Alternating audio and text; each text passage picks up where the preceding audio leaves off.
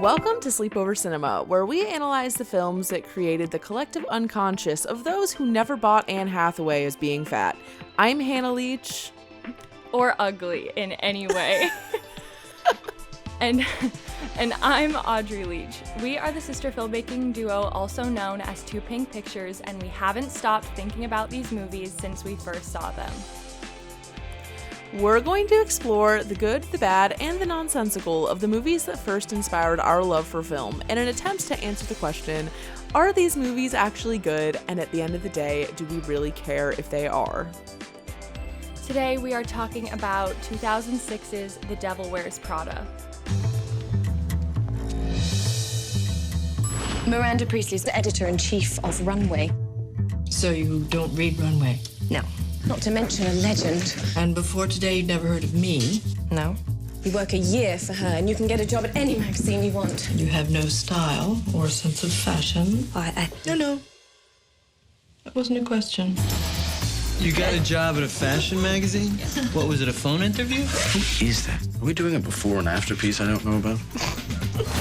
In the world of high fashion. There you are, Emily. Actually, it's Andy. My name is Andy. A million girls would kill for this job. Is there some reason that my coffee isn't here? Did she go to Rwanda for the beans or something? Where so much is at stake. I need 10 or 15 skirts. Goodbye!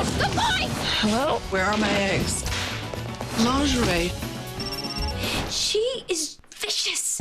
Andy Sachs is about to discover She hates me, Nigel. There's a way that you can help me. Little Crisco and some fishing line and we're in business. it's not just about what you wear. What do you think? Andy, you look so chic.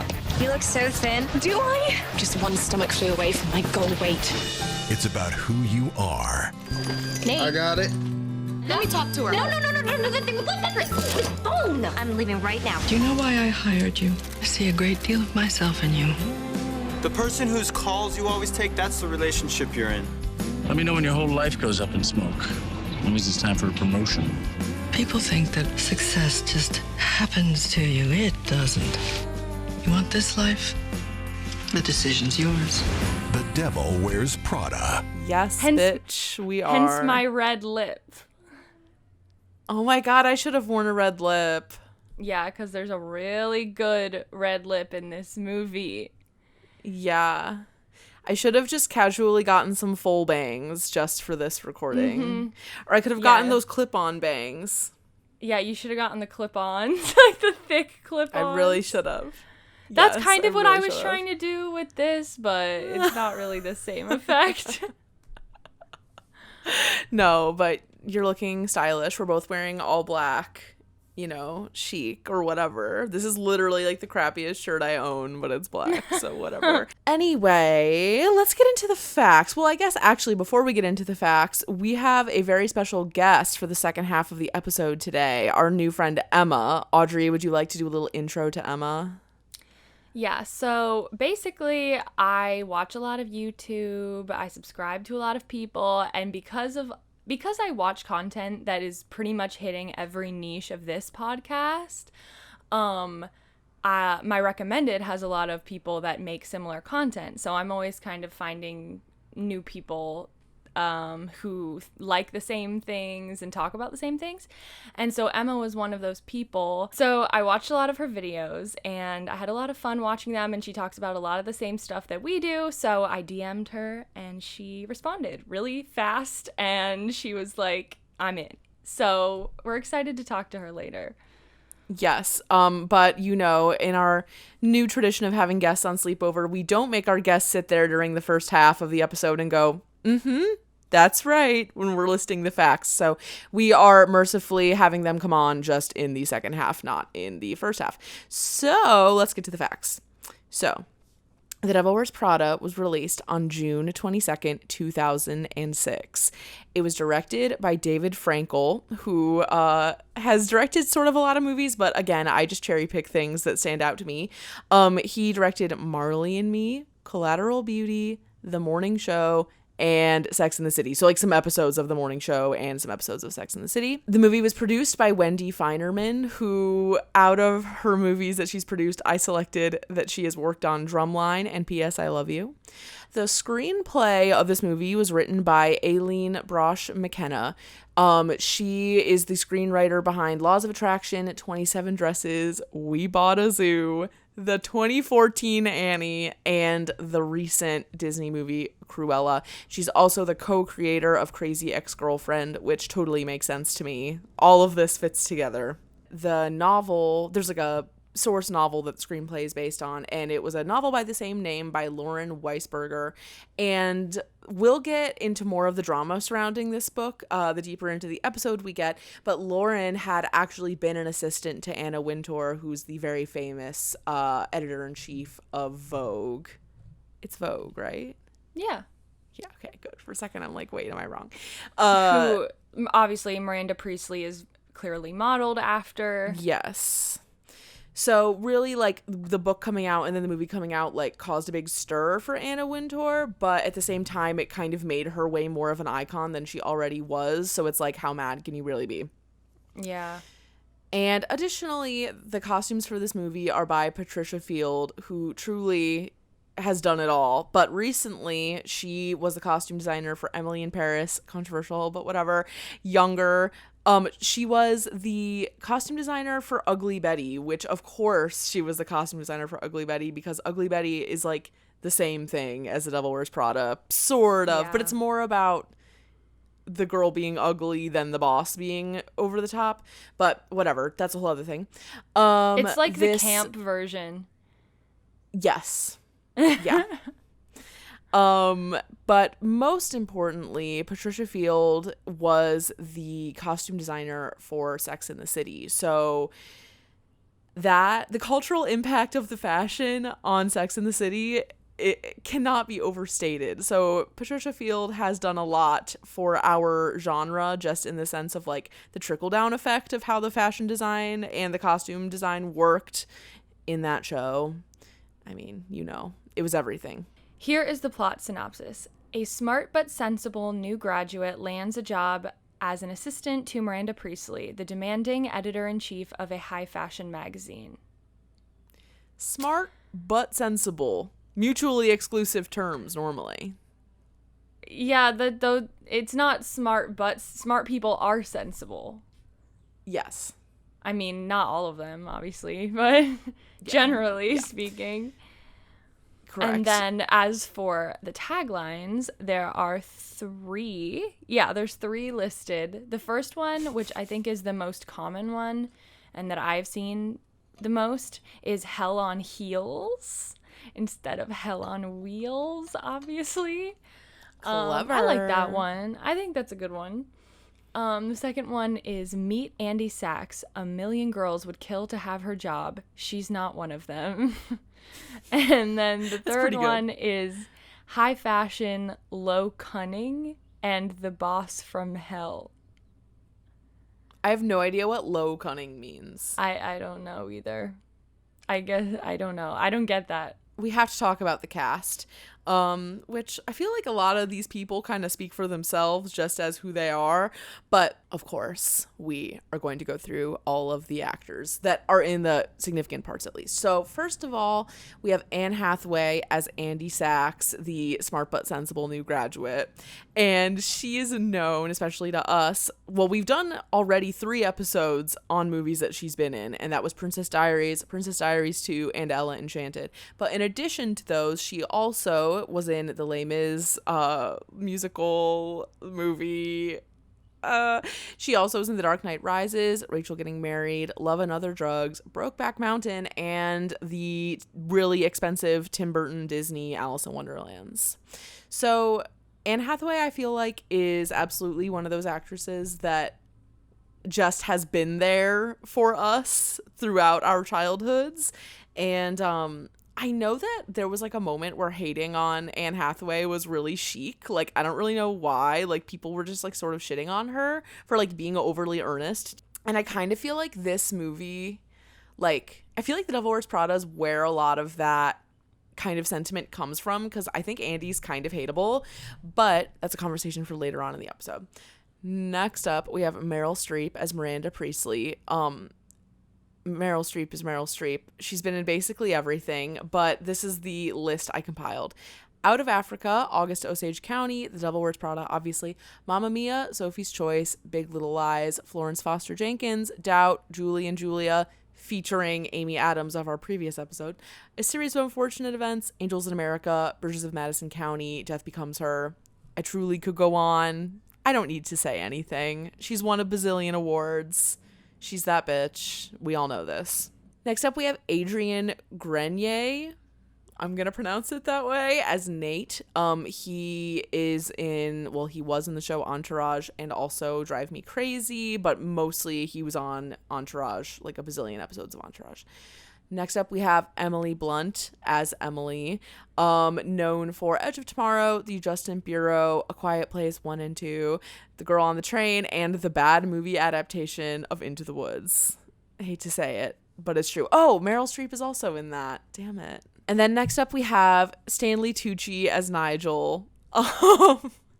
He is in The Lovely Bones. I guess he's also in Julie and Julia. So I don't know why this movie is the movie that's like haunting us, but it is. And he was also in Big Night, Spotlight, Feud, Bet and Joan, The Hunger Games, Easy A, Made in Manhattan, and I could keep going forever and ever because he has been in a million really good movies. And then Simon something is Christian. I didn't even want to list him because he annoys me so much. And also there's so many other actors with lots of credits that I was like, goodbye, I'm not listing him. But do you know anything that he's in, Audrey? Nope. And I do not care. Yeah, I do not care either. Okay, great. So because I wanted to instead prioritize Tracy Thomas as Lily, because she originated the role of Joanne on Broadway and in the movie, so she deserves her flowers. She also played Annie's fake mom, I guess, in the 2014 Annie. So that's that.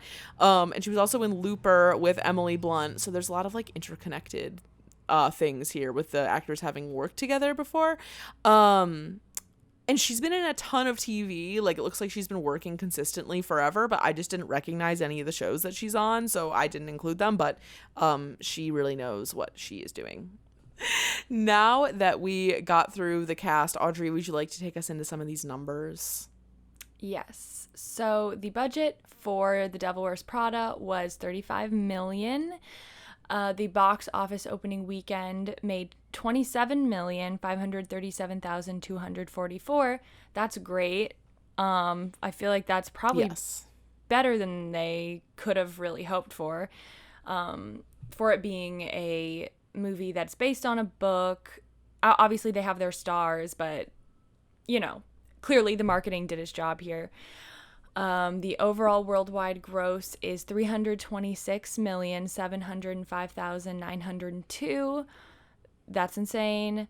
And then, yeah, that's nuts. As far as the critic opinions go, there is a 75% critic score on Rotten Tomatoes, and the critic consensus is a rare film that surpasses the quality of its source novel. This Devil is a witty expose of New York's fashion scene with Meryl Streep in top form and Anne Hathaway more than holding her own.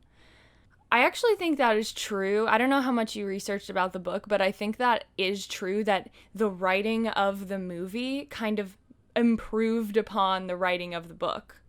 Like, it actually was like better than the book, which is rare. That doesn't usually happen. Yeah. Right. And then there was a 76% audience score. Some man named Eric B. No. These are audience reviews, but you'll like this one. He said, "Surprised I didn't care for it much, as I heard it's popular with girls and gays. I found there weren't sufficient moments of levity to break up the constant stress and harshness." Yeah, I could see that. I actually kind of agree in a way, but that's also like not what it's about. So maybe not. There were just a couple of other small comments that I thought were funny. One of them was, a hella gay classic, similar to the likes of Mean Girls. One person logged on to RottenTomatoes.com just to write The Devil Wears Zara and leave it there. That was all they said. And someone wrote, exceeds expectations. So, good for them. And the one thing I wanted to say, which is going back to the marketing thing, was that, like, I guess that the marketing for this movie was like really, really impactful. Like the image, like when you think of this movie, you think of like the white background with like the devil pitchfork stiletto. Like they made that as like a stand-in poster, but I guess that it tested so well and people were so into that like visual that they ended up just keeping it for the overall movie poster. And it's like on the DVD cover and it's on like the re-released book cover, and they just like had a big success with that. But another thing that was really interesting too is that graphic was part of this process that the creative team went through, where basically they like really, really, really wanted to actually shoot in Paris for the Fashion Week scenes. And they had to go to Fox and like beg for more money with like a sizzle reel of like the stuff that they had already shot. And I guess that just like the sizzle reel on its own was convincing enough to get a little bit of money added onto the budget to be able to go to Paris. But apparently Meryl Streep, all of the Meryl Streep stuff in Paris is green screen because Fox thought it would be too expensive to send Meryl to Paris, which I can kind of imagine because she probably has like really extreme contract demands. And the other thing that seemed really chaotic to me is that they were only in Paris. The entire crew was only in Paris for 2 days. So they were like cramming that shit in as much as humanly possible. Yeah. I mean, there's very, very, very, very little of the shots that are actually in Paris. Like it's basically just B-roll of Paris, and there's a few things, like a few mini scenes, but nothing involving Meryl, obviously, and mostly it's just Anne just walking around. Okay, so the gossip section. So I thought that it would be fun to put in some of the drama regarding the or I guess surrounding the circumstances of the movie being made and the book coming out, instead of just your standard 2006 drama. So one of the things I found in this Wikipedia article, extremely thorough about this movie, was that basically when they were filming the movie, they had planned to do all this stuff on location. Like they wanted to shoot at like the MoMA and at Bryant Park, and they were having all these issues securing the locations, and sort of like the unspoken vibe of the whole situation is that Anna Wintour was so like threatened by this book having been released and this movie coming out, that she was like the vibe was that she would blacklist people. So like what I got from Wikipedia was the limited budget caused problems with some locations. The crew could not get permission to shoot at the Museum of Modern Art or Bryant Park, which they also attribute to fear of Wintour.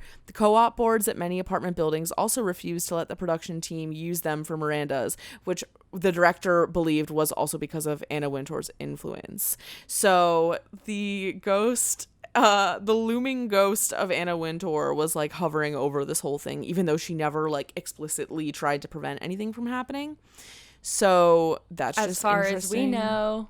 Right, as far as we know. And then the other thing I found that I thought was interesting was that Anna Wintour attended the New York premiere of the movie, and she was wearing Prada, because she's the devil wearing Prada. And apparently her friend reported that shortly after the movie... Oh, God, okay. Her friend said that Anna Wintour was like, oh, this movie's going to go straight to DVD. Like, she wasn't into it. I mean, why? It would be weird if she was. Yes, it would be weird if she was. I totally agree. So, Audrey, what are the things you remember about this movie from childhood, and when do you think was the last time that you watched it? As far as when I first watched it, I think I actually watched it at my first sleepover, my first friend sleepover ever. Really? I'm pretty sure. Yeah. Where were you? Gretchen's. Wow, Gretchen's. Yeah. That's so good. My things that I remember, I don't remember the first time I saw this movie, but I remember that my friend Chris, who is listening to this, most likely listening to this, really loved this movie. At least I think that he did. I have it's very like associated with him in my mind. This is the same person who rolled around on the ground during Twilight and smacked his head on the chair and got like a giant bump on his head. Just very enthusiastic for gay and gay adjacent movies, and this movie definitely falls into that category. I feel like I probably maybe saw this movie on TV the first time I saw it, because it seems like the sort of thing that you could just like catch on TV pretty easily. And I remember all of the fat jokes. That was like the biggest thing that I kind of had in my brain going into it. But now that I've seen it again, I don't know if I would really call them fat jokes per se. I actually think it's kind of an interesting thing in the movie, so I'm looking forward to talking about that more. But yeah, this movie was like a gay movie that wasn't explicitly gay, but like the gays loved it, and like you had Stanley Tucci in there, and he was like a reasonable, if not fairy godmother like gay that was fun to see when you were like a kid in Ohio. So we are now going to take our little break before we have Emma come and join us. Again, bad news this week. This movie is not streamable, at least as of now. So we both had to pay $4 to rent it on Apple TV. Sometimes you got to just make those sacrifices in life. Yeah, or just like watch television nonstop until you see that it's on.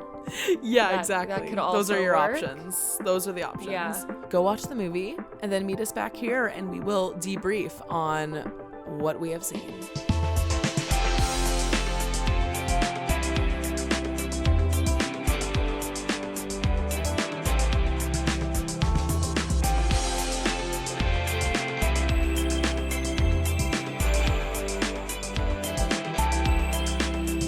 Okay, everyone, we are back, and it is time to unpack our findings with The Devil Wears Prada from 2006. But before we get into that, our guest is with us, Emma McGuigan?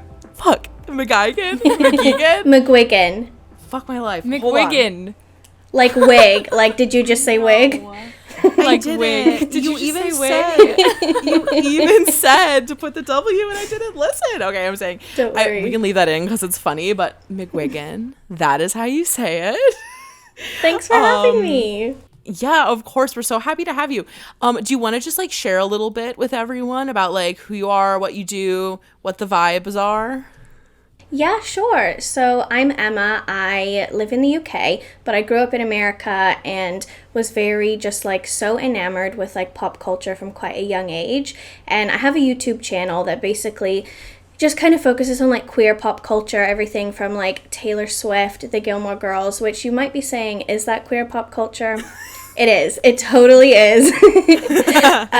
And like basically when you guys approached me about the podcast, I was like, let me see all the like movies that they do, and I was like, oh my god, this is like all of my favorite movies.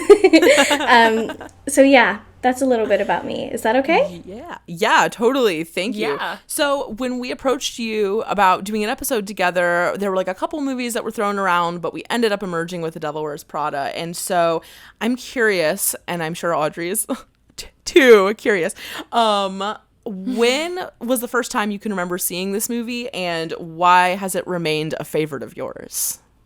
So I'm so excited that we are doing this movie. I saw The Devil Wears Prada in theaters. I remember my mom took me to see it. It was very much like a mother-daughter night. And I would say, honestly, The Devil Wears Prada is still in like my top 5 like holy grail movies, like shockingly. I just absolutely love it. I remember seeing it and being like, oh my god, I mean, 2006, I was like 11. So I was like reading like the click books. I was like so into like, I don't know how to explain it, but just like the very like, not fashion industry because I was like tragic, but I was like, wow, they're so glamorous. And also like a young queer woman, I was like, oh my god, they're just so glamorous. That must be why I think they're so gorgeous. Yeah. And it was like, from my memory, the first movie I ever saw Meryl Streep in, so which I feel like is quite a privileged position for me, because now I've always been like, okay, well, that's Miranda Priestley in like every other film. She really set the bar high. Yeah, totally. I just absolutely love it. I love Anne Hathaway. I think The Princess Diaries had come out before then, so I think I knew who she was. Yes. And I guess they were still trying to convince us that, like, she's ugly. Like the second movie in a row. Yeah. But, you know. Yeah, we'll get into that. Yeah, we sure. are definitely getting into that.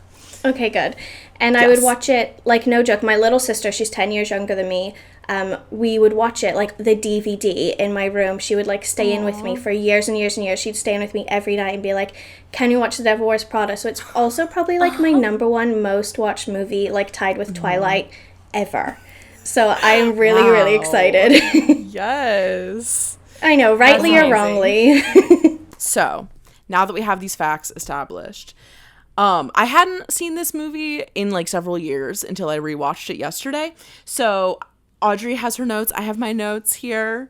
And we're just gonna go through our topics and just see what comes up. So we like to start with the good things. So what particular things upon your last viewing stood out to you as very good? And Emma, you are invited to go first.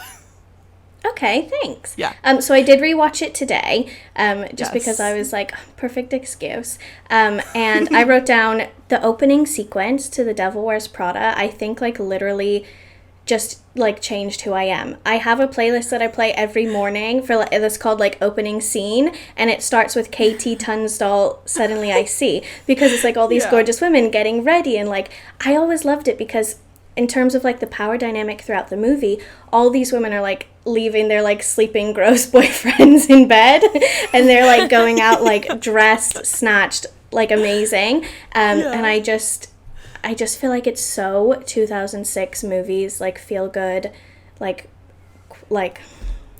just pop culture kind of in a nutshell. I love the opening sequence of it. It, like, goes down in history for me.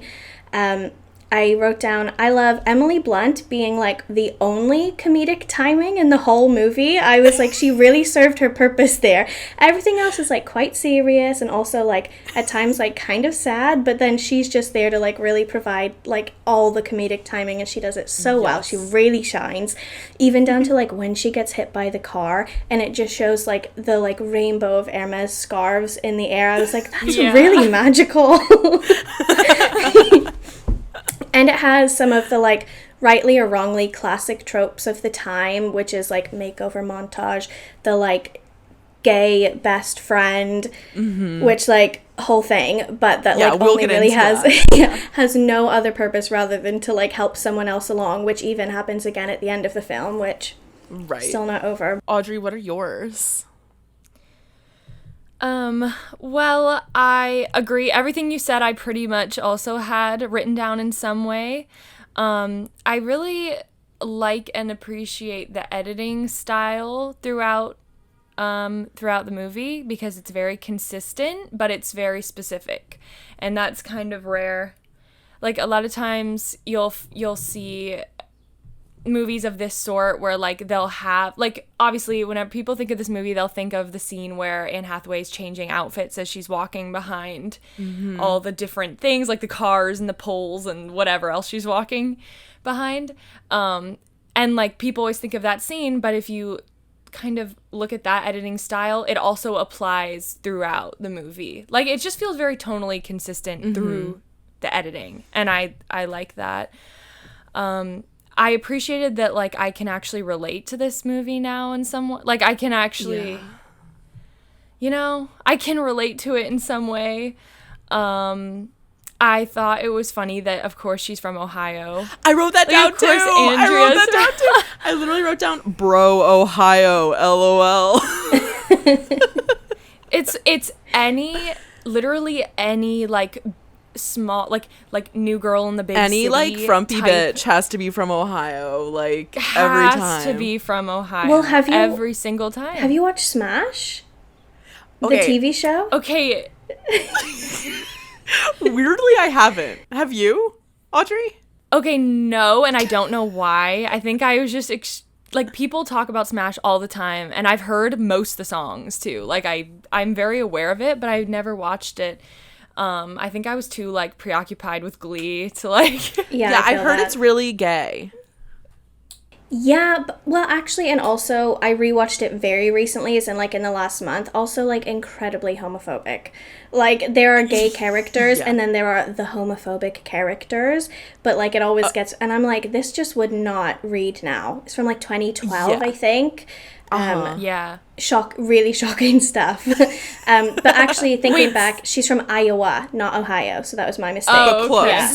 Close, though. Honestly, those are interchangeable, like 100%. Midwest. Wait, Audrey, you were like, I can relate to this now, and then just like moved on and didn't even like expand upon that. Like, why can you relate to it?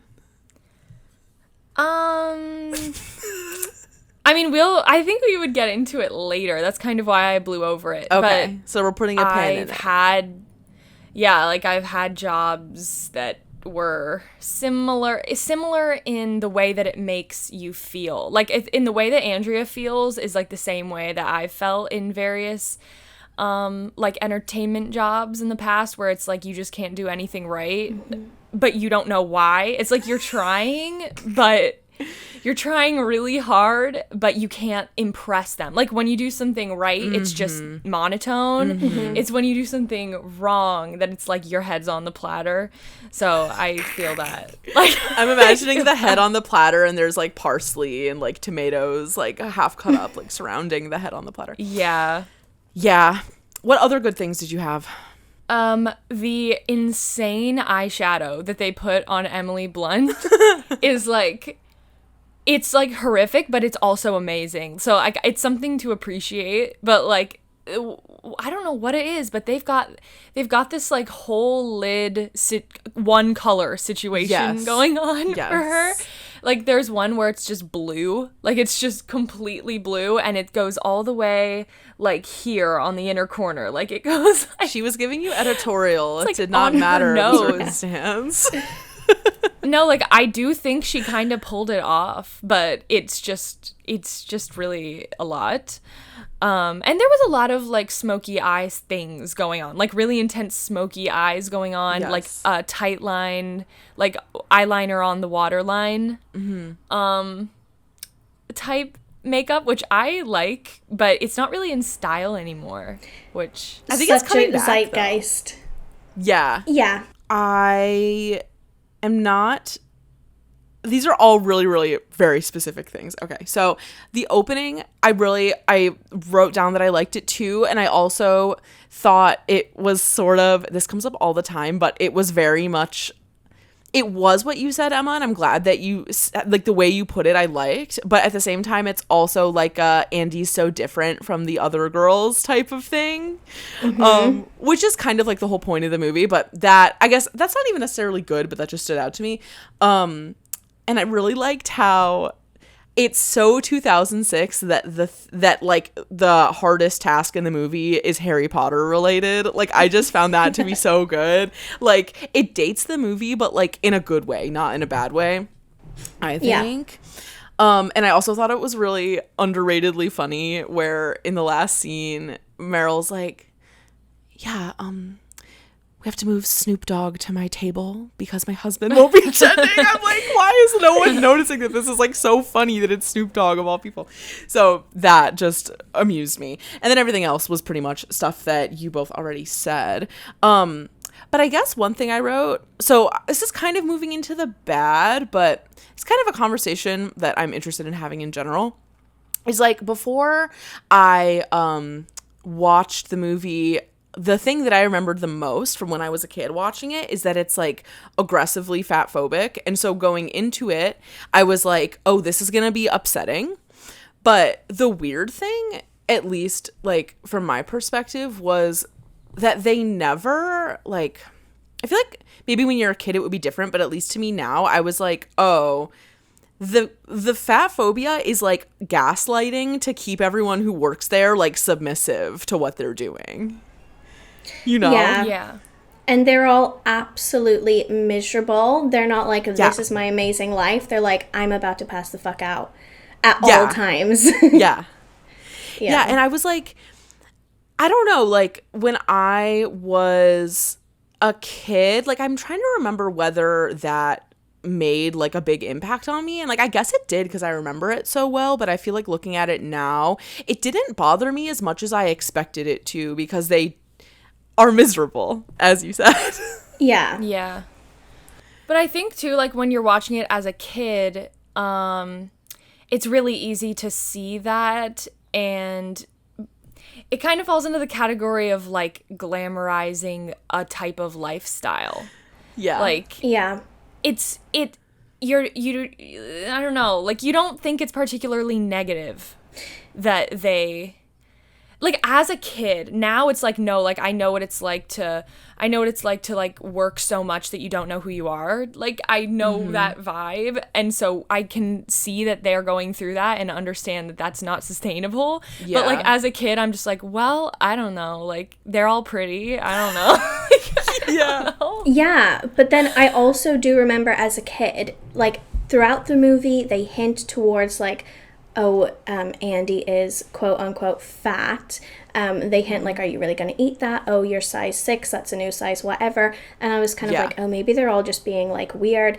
And then there is that point when Miranda says, oh, I thought I'd take a chance on the smart fat girl. And she outrightly says like, you're fat. And I remember like as a kid being like, oh my God, so that's a fact. Like that body type is fat. I definitely remember like it also like gaslights the audience. I was like, oh my God, if she's fat, like here I am 11, like, and I've just got my first bra because I'm overweight, not because I'm going through puberty. And I was like, right, okay, so this is me now. Yeah. Well, so at I wrote down when they're like in the cafeteria line, and it, like exactly what you just said, it's like, oh yeah, size 6 is the new 14. I'm like, haha, bitch, I'm a 14 like currently. But like I wasn't bothered at all. It's just sort of like, wow, I'm glad that I didn't watch this that many times when I was younger, because like I feel like this would have had me fucked up in a more significant way if I had watched it more. Because one thing that is 100% true about me that we've really discovered on Sleepover, and I've known this, but like I was like a really intense sponge of media when I was a kid, and I'm still kind of like that.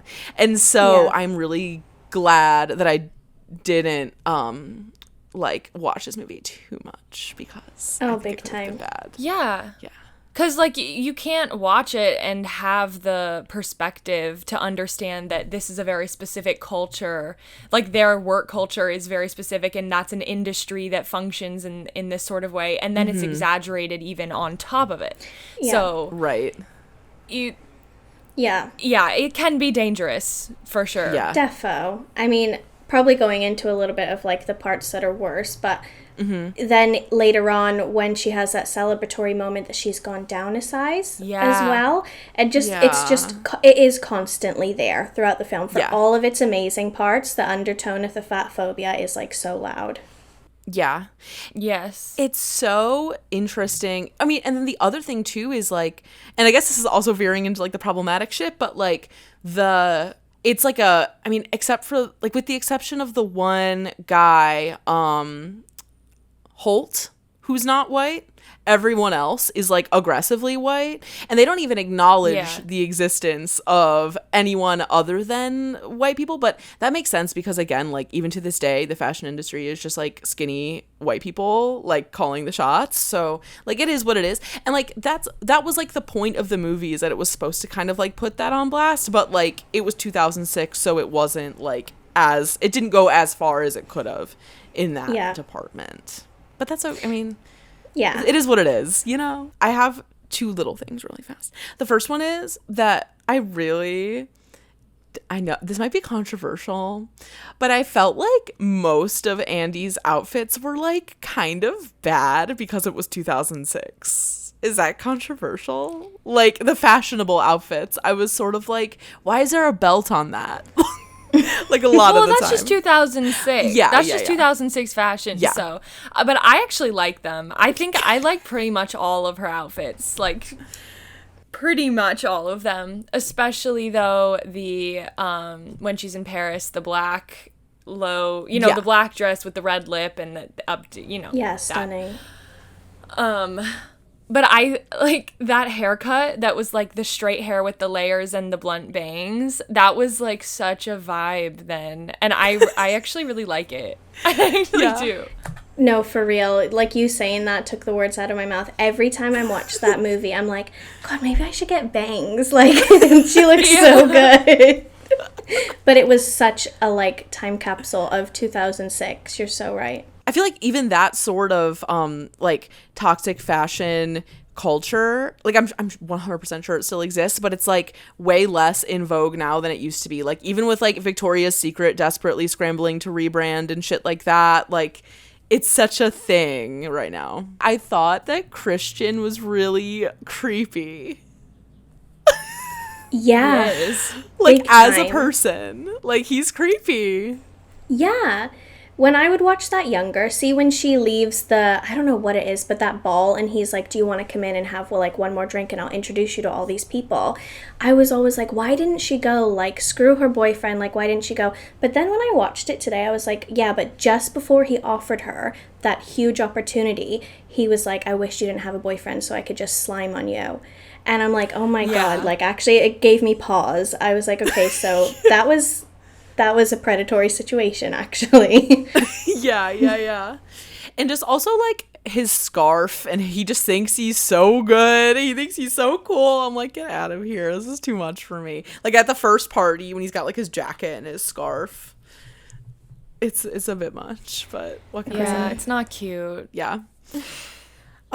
Okay, what else do we have? Audrey, what are your bad things, I guess? Or Emma, what are we already kind of got into the bad things, so Yeah, we're already in there. Yeah. But can I just say this is very niche, very detail oriented, but in the beginning sequence you see where Andrea and her boyfriend live. They live on the corner of Orchard and Broome. These people are rich. Yeah. I was like you can't, like, that is an area in Manhattan that is not cheap. Oh, really? So Yeah. I was, yeah, it's like millionaires only borderline, like yeah. Yeah. But then the way they have her coming out of the front door, she's like it's with like all these corner shops and stuff, and it's meant to look bad compared to like the other Yeah. people, isn't it? Oh, that's so Yeah. interesting. I mean, disappointed but not surprised. Yeah, I mean, this happens a lot in New York located Okay. films where like they pick, because they'll do is they'll pick like lower Manhattan, so like the East Village or like the Lower East Side or something like that, where it looks grungier, but it is not actually grungier. Yeah. Like it looks that way, but the price point is still very high. Obviously, it was lower in 2005 than it is now, but it was still not cheap. So I just thought that was interesting. I mean, they do have like they both are well, I don't know if the boyfriend is college educated, but he's working as like a chef in a fancy restaurant or something. You know he probably then- is. I mean, how many times does she mention Yeah. going to Northwestern? They like beat you over the head with it. Like Yeah, Yeah. he probably is. I do remember there is that one part where he talks about, so annoyingly, like he does just really get under my skin, where he talks about studying abroad and learning about potatoes for a whole semester. So he's definitely had some Yeah. education, and for some reason he really thought that was like interesting enough to tell the whole table. But that's just my personal grudge. You know what? You know what I just realized? They probably definitely have their parents pitching in or paying entirely, because you know how when Andrea's at dinner with her dad and her dad gives her money because he literally says, so you don't fall behind on rent. Mm-hmm. wow. Yeah. Wow. That's so funny. I mean, that is such a type, though. That's like most people living in Manhattan, honestly, that are in their 20s. Yeah, it's such a type. And you know what? That is a type of person that you don't often see. Like, you don't often see that aspect, like, portrayed on screen, because people like to pretend that they don't have their parents paying for shit, you know? Yeah. The only other time I can think of yeah. is Girls. If That's you what I watched was Girls. thinking, too. Yeah. Yeah. Yeah, Girls is like another good example of that. The way that I wrote this note is just workplace abuse viewed as a good thing. Yeah. like that you are somehow growing, you know, you are improving and you have this thick skin and like your work ethic is so flawless because you are able to undergo actual workplace like abuse. Like people, and it actually kind of reminded me of like the divide in mindset between like some like Gen X and baby boomers and then like our generations, like millennials, Gen Z, you know, and how they're like, you are whining, you're feeling bad for yourself, you should be grateful that you have the opportunity to be abused by this woman, like and the truth is it's not, and it shouldn't be that way ever. And like, but that type of workplace environment is 100% still existing, even though it is more exposed now, especially in entertainment, like, and in film. There are less of those types of abuser bosses around than there were, like Weinstein, Scott Rudin, blah, blah, blah. But it's totally still there. I don't know why it's like the frivolous industries that have like the most toxic work environments. I mean, do you know what I mean by that? Like, why is it the stuff that literally doesn't need to exist? Like, do we need art? Yes, I would argue we do need art to live, but if the apocalypse happened right now, we don't need to keep editing this shit. Yeah, well, you know, it might be partially just because it's like there's so many people that grow up wanting to do it. It's like so many people's dream that like you can like convince people that they need to like go through hell to get what they want, which it's like making up a way to earn something that literally cannot be earned. There is no reason as to why this person deserves to direct a movie more than this person. Like, there's no quantifiable way. So they come up with all these like evil structures and like loopholes and things to try to like earn your way to things. I just don't. It's not fun. Yeah. It's not fun. Emma, have you ever had an abusive boss? Not to just put you on the spot, but have you ever had like a really bad work experience? Yeah, I'm like still fully employed. I have like a corporate job, so okay. So we can't. You decide there.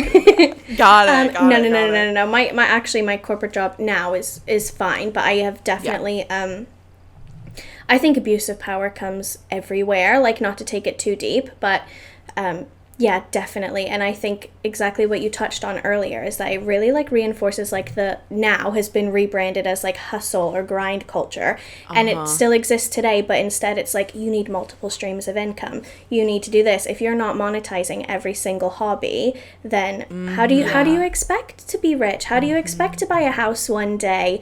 You know, it's still here today, I think. In terms of like toxic bosses, I don't even think it always just comes down and it's just gatekeeping in like all forms, to be honest. If that makes sense. Yeah.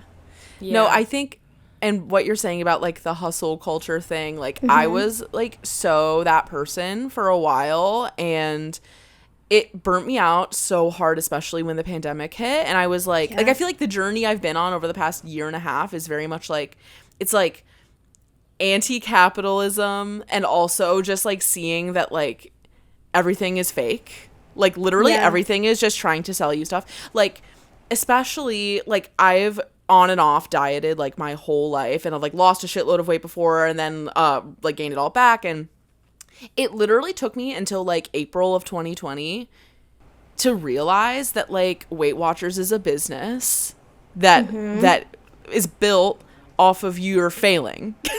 Yeah. And like it's all like literally everything is just trying to sell you shit. And at the end of The Devil Wears Prada, when she was like, everyone wants to be us, I was like, I don't think that's true anymore. Like, I feel like people are fed up with it. Yeah. Yeah. But then Which is great. I feel like Yeah, totally. But then also it like gaslights you because it gives like mixed messages, because at some points they're like, oh, here's to jobs that pay the bills, which is like very me. Like, I work to live, I don't live to work. And also when Andy is like, well, if she was a man, no one would say this. And I'm like, oh, period, Andy, true. But like, she is also a cunt, so, you know. I know. Yes.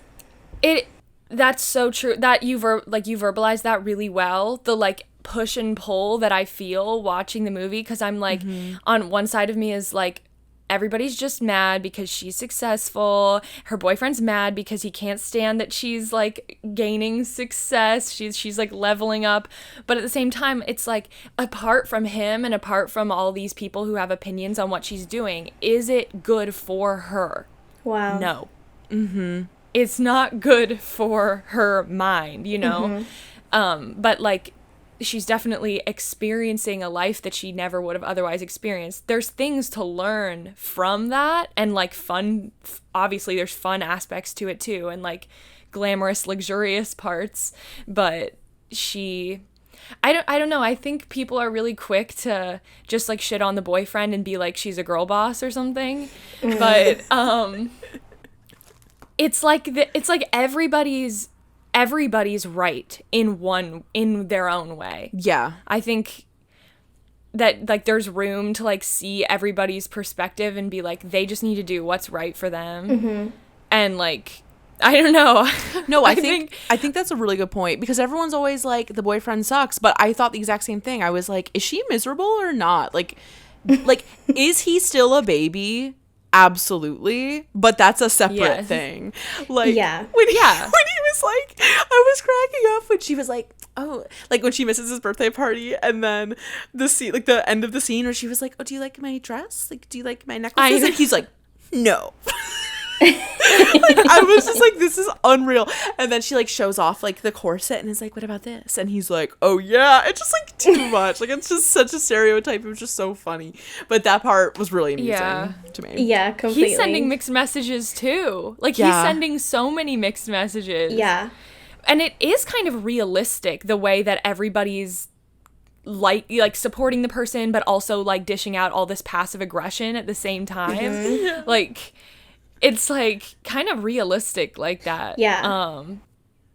I mean, yeah, I totally agree with you. There is like that classic scene where I do think all of her friends are being assholes, exactly like Andy said. Like, she just gave you the new Marc Jacobs bag and you're trying to like steal her sidekick like that. Like, I always like that, like gives me anxiety every time.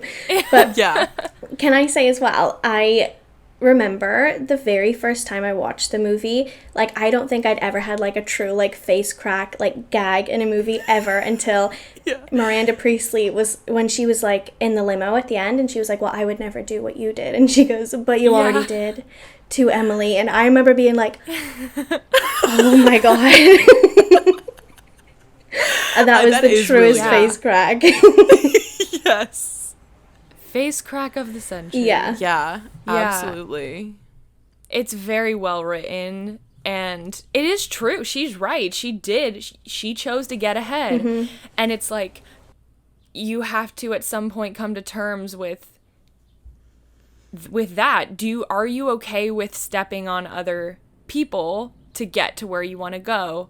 And it's not, you know, from Andrea's perspective, it's like, well, I didn't have a choice. Like, you prompted me to do this.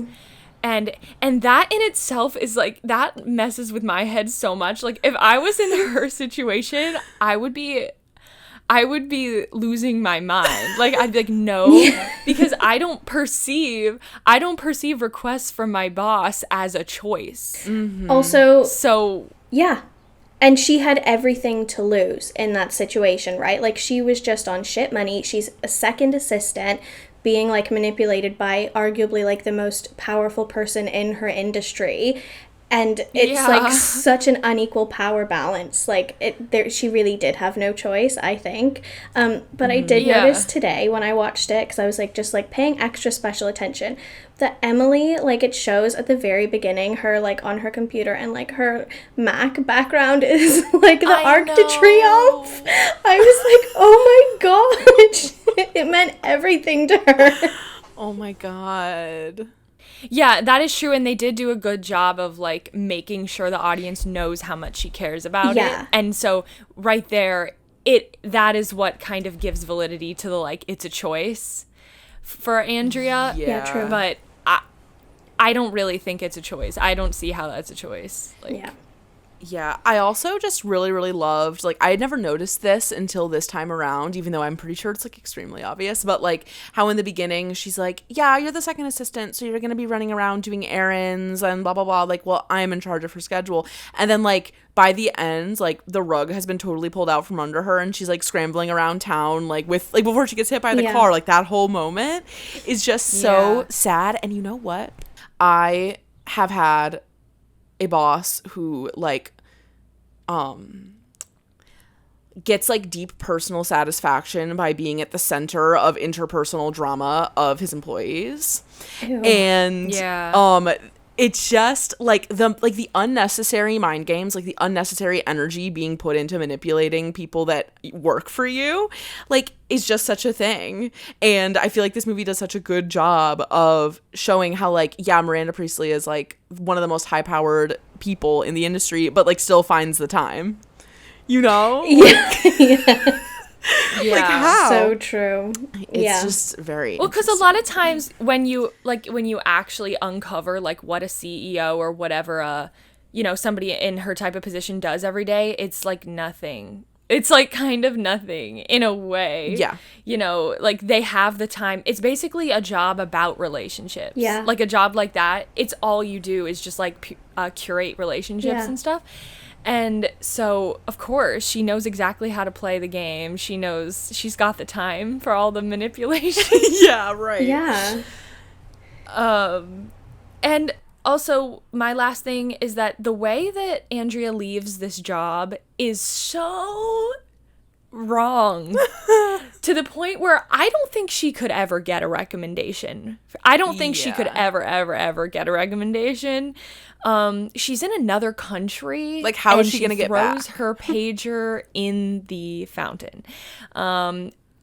When she does that, it's not even cute to me. I'm like, no, you're actually nuts. Yeah. Like, you're actually insane. And also so disrespectful. Like, it's almost like when I watch reality TV from like 2008, 2009, and I see them with the single-use plastic water bottles, I'm like, this is all your fault. Like, she threw that phone into the fountain. I'm like, I wouldn't do that now. I just wouldn't if that was me. Yeah.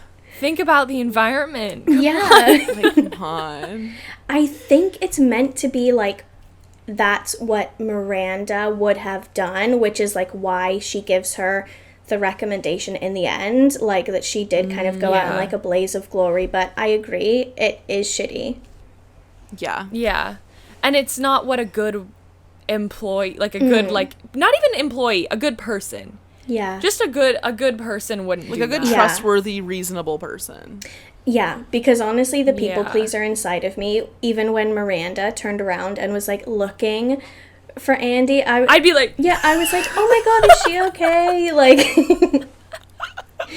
I'd be like, I'm just kidding. I don't know.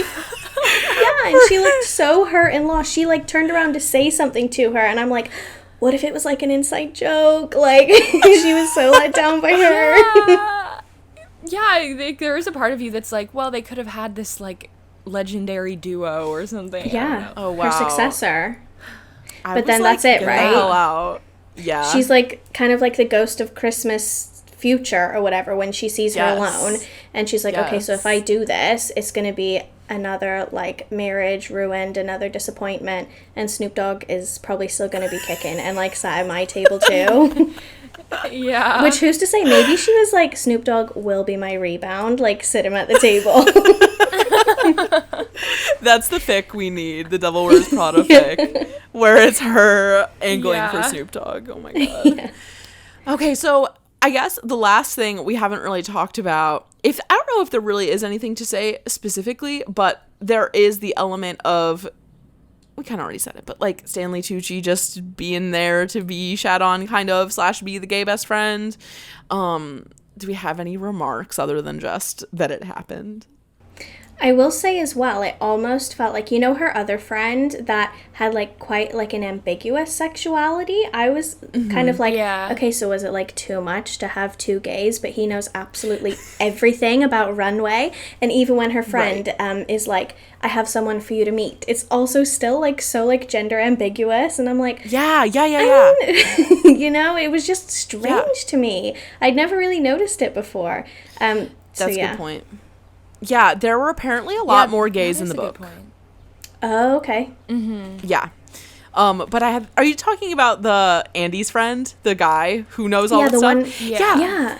Yeah, the whole time I was like, is that a gay? Yeah. But, definitely is a gay, but, they wouldn't just go there. And I was like, what's the problem? Exactly. And he kept... Which, I mean, I almost kind of appreciate it. The ambiguity. Okay, I know that the reason... I'm like, show me the gay card. I need it.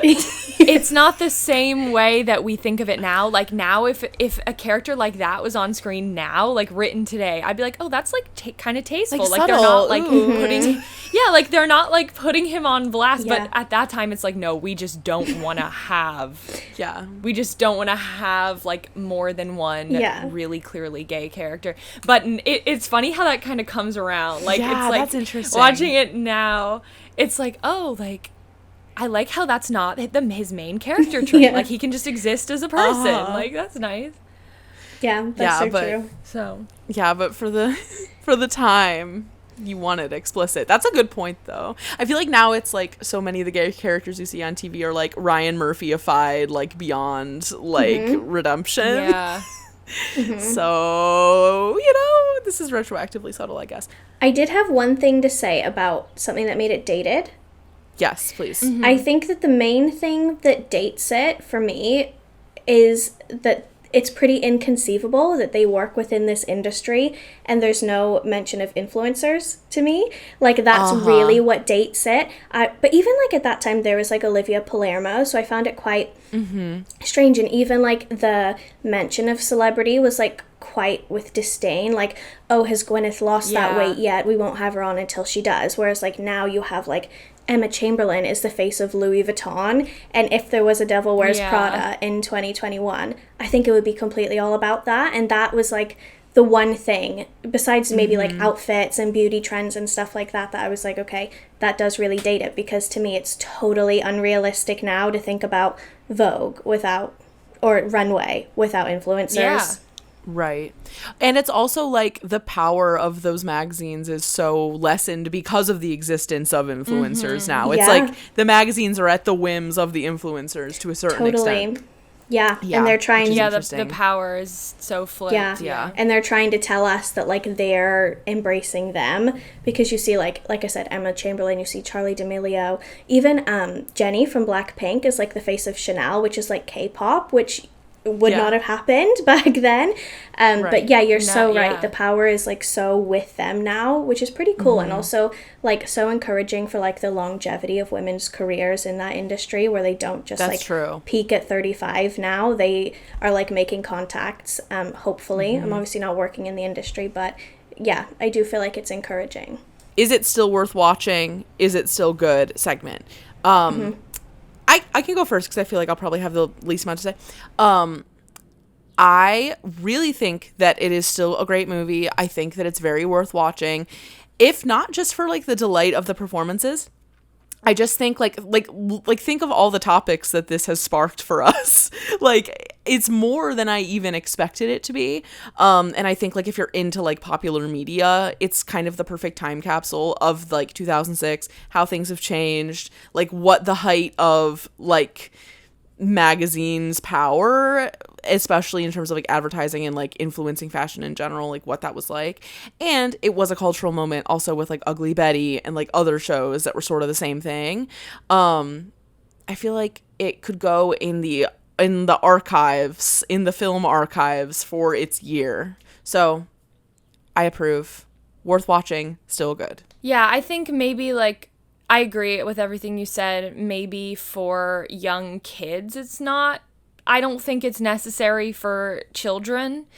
Especially now, like, just don't plant that into their mind. Just, you don't need to. You don't need to plant anything. If the weight stuff and all of the more, like, harmful comments weren't there, the movie wouldn't be as good as it is. It wouldn't, like, portray the toxic environment the way it does. I just don't think kids need to see it. But if you're over the age of, like, I don't even know what's a safe age. I don't know, yeah. I don't even know. But I don't know. I just think there's too much room for, like, kids like Hannah who are, like, sponges, like, gonna suck up all the, like, nuances of things. I think, well, this is, like, quite a comfort movie for me, so I think I probably have, like, a fair bias, to say the least. So I do think it's still good. I think it's still worthwhile watching. I do appreciate your concerns, actually, for kids, to be fair. But I also, if I ever had kids, which probably won't be pushing out any suckers, but I would be like, I can't wait till they're, like, 11 years old and we can have, like, a mom and daughter night. It's like, well, to, like, put it bluntly, it's like perfect sleepover cinema. You know, with, like, popcorn and, like, matching, like, pink pajamas with your friends. I think it's, like, one of those moments, you know, which is, I mean, to be fair, a lot of the movies that you cover No, for it that totally reason. is. Yeah. Yeah. Like, I would love to do that, too. I'd just be like, okay, but yeah. don't listen. yeah. We'll skip this part.